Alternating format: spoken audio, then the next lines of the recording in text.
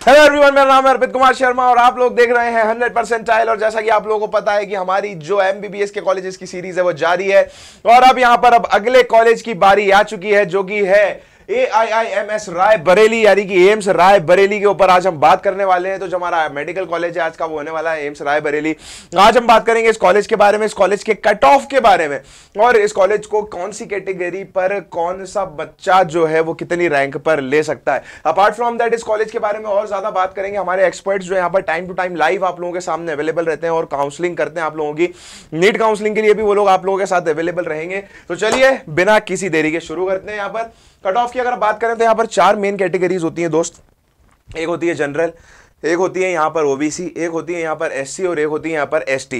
तो ये 4 जो है ये मेन कैटेगरीज होती हैं। और अगर हम 4 कैटेगरीज की बात करें तो जनरल जो है वो भाई सबसे ज्यादा पिसता है बेचारा, उसको ही सबसे कम रैंक पर यानी कि सबसे ज्यादा मेहनत वाली रैंक पर जो है वो कॉलेज लेना पड़ता है। तो हम यहाँ पर बात कर रहे हैं एम्स रायबरेली के लिए। तो रायबरेली के लिए यहाँ पर अगर आप देखो तो 2502 से लेकर शुरुआत होती है और क्लोजिंग होती है 3882 पर जनरल रैंक की। तो जनरल रैंक की यहाँ पर जब ओपनिंग और क्लोजिंग होती है तो ये जो है इसके बीच का जो भी एरिया रहता है वो प्लस इसके आसपास का भी जो एरिया है यानी कि इसके आसपास की रैंक और बीच की रैंक अगर आपकी आती है तो आप कहीं ना कहीं ये जो कॉलेज है ये जनरल कैटेगरी पर प्लान कर सकते हैं। लेकिन कोई इसकी कोई वो नहीं है, कोई मिलेगा ही आपको। कोई प्रोबेबिलिटी बोलूँ कि क्या बोलूँ, प्रोबेबिलिटी नहीं तो कोई श्योरिटी नहीं है आप, क्योंकि आपको ये कॉलेज जो है वो इस रैंक पर मिल ही जाएगा। लेकिन जो कट ऑफ गया है पिछले साल का उस हिसाब से अगर इस रैंक्स पर आप आते हैं, ये रैंक आप लोगों की आती है तो जनरल कैटेगरी में इसके आसपास आपको ये कॉलेज मिल जाना चाहिए।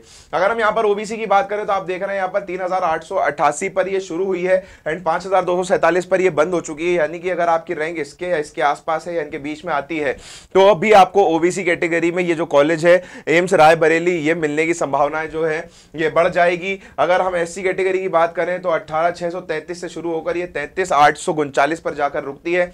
यानी कि 18633 से शुरू होकर अगर ये 33000 के आसपास रुक रही है तो इसके आसपास या फिर इसके बीच में अगर आपकी रैंकिंग होती है तो ये कॉलेज मिलने की संभावनाएं आपको है एससी कैटेगरी में। तो अगर हम यहाँ पर एसटी की बात करें तो एसटी में भैया 40,497 से शुरू होकर 49,633 के आसपास ये जो क्या बोलते हैं कैटेगरी है ये जाती है। और इसका जो बीच का जो खाना है जो खाली है तो इस रैंक से लेकर इस रैंक के बीच में अगर आप लोगों की रैंक्स आ रही हैं तो भी आपको एक संभावना आपकी बन जाती है कि आप एसटी कैटेगरी में ये कॉलेज जो है उसको प्लान कर सकें, उस रैंक पर ले सकें एसटी कैटेगरी के लिए। उसके अलावा बेटा यहाँ पर कैटेगरीज होती हैं फिजिकली हैंडीकैप्ड, सैनिक कैटेगरी होती है और उसके बाद होती है यहाँ पर freedom fighter.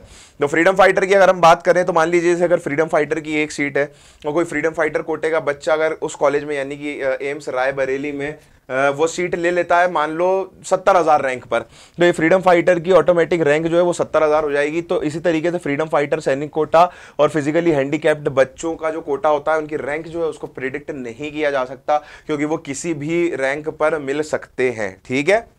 Apart from that अगर आप लोगों को ये समझने के बाद ये समझ में नहीं आ रहा है कि भैया अब मेरा क्या, मेरी रैंक ये आई है, मैं क्या करूं, आगे कहां जाऊं, कौन सा कॉलेज लूं, किस कॉलेज में पढ़ूं, किस कॉलेज की तरफ भागूं, किस कॉलेज में मेरा भविष्य अच्छा है, तो बेटा उसके लिए हम लोगों ने प्रोफाइल एनालिसिस फॉर्म जो है वो आप लोगों को दिया हुआ है डिस्क्रिप्शन के अंदर। आप लोगों ने उस फॉर्म को भरना है। अगर आप लोग उस फॉर्म को भरते हैं तो वो फॉर्म भरने के बाद वो हमारे पास आता है और उसको हम रिव्यू करते हैं, हमारे एक्सपर्ट्स रिव्यू करते हैं और रिव्यू करने के बाद आप लोगों तक एक अच्छा सजेशन पहुंचाते हैं कि यार आप ये जो है ये कर सकते हो, इसमें ये कर सकते हो, इस कॉलेज के लिए आप अप्लाई कर सकते हो, इस कॉलेज से आपको दूर रहना है, ये आपके लेवल का कॉलेज नहीं है, इस कॉलेज में आपका भविष्य ज्यादा अच्छा है। तो ठीक है, ये प्रोफाइल एनालिसिस फॉर्म है, ये तो आपको भरना ही भरना है। अपार्ट फ्रॉम दैट अगर आप डिस्क्रिप्शन चेक करोगे तो डिस्क्रिप्शन के अंदर हमारा फोन नंबर्स भी दिए हुए हैं। अगर आप हमसे बात करना चाहते हैं तो आप हमें कॉल भी कर सकते हैं।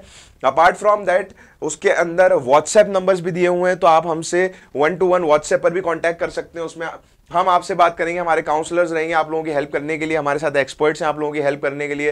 तो अगर आप कुछ भी जानना चाहते हैं या पूछना चाहते हैं तो आप उन नंबर्स पर कॉल कर सकते हैं। डिस्क्रिप्शन बॉक्स के अंदर जरूर देखना है दोस्तों, क्योंकि डिस्क्रिप्शन बॉक्स हमारा जो है वो टाइम टू टाइम अपडेट होता रहता है, अपग्रेड होता रहता है।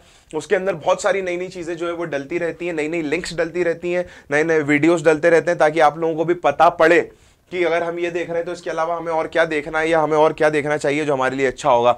साइड में लिंक्स भी चलती हैं, वो लिंक्स भी आप चेक कर सकते हैं और दूसरे कॉलेजेस के बारे में जानकारी लेने के लिए, ठीक है। अपार्ट फ्रॉम दैट यहां पर हम लोग बात कर रहे थे एम्स रायबरेली के बारे में। तो एम्स रायबरेली के बारे में जो हमने बात करी, मैं आशा करता हूं आप लोगों को समझ में आ गया होगा। लाइक करें, शेयर करें, सब्सक्राइब करें और ज्यादा से ज्यादा तादाद में ये जो है फैला दीजिए अपने दोस्तों के बीच में। सबको बताइए, सबको समझाइए। और मैं हूं अर्पित कुमार शर्मा, आप लोग देख रहे थे 100% टाइल। फिर से लौटूंगा एक नया वीडियो लेकर, तब तक के लिए bye bye, take care, love you all and hasta la vista.